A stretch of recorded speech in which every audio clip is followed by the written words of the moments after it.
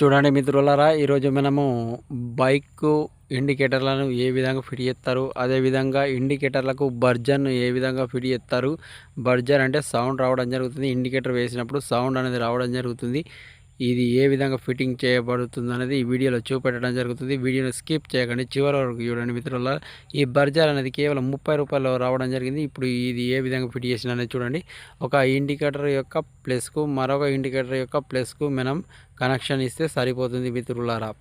2 వైర్లు బర్జర్కు ఉంటాయి. ఆ 2 వైర్లలో ఒక ఇండికేటర్ యొక్క ప్లస్ వైర్కు మరొక ఇండికేటర్ యొక్క ప్లస్ వైర్కి ఇవ్వచ్చు. లేదంటే ఒక ఇండికేటర్ యొక్క మైనస్కు మరొక ఇండికేటర్ యొక్క మైనస్కు ఈ బర్జర్కు ఉన్నటువంటి 2 వైర్లను మనం ఫిట్టింగ్ కనెక్షన్స్ ఇచ్చినట్లయితే ఇప్పుడు చూడండి ఏ విధంగా మనం సౌండ్ వస్తుందో చూడండి.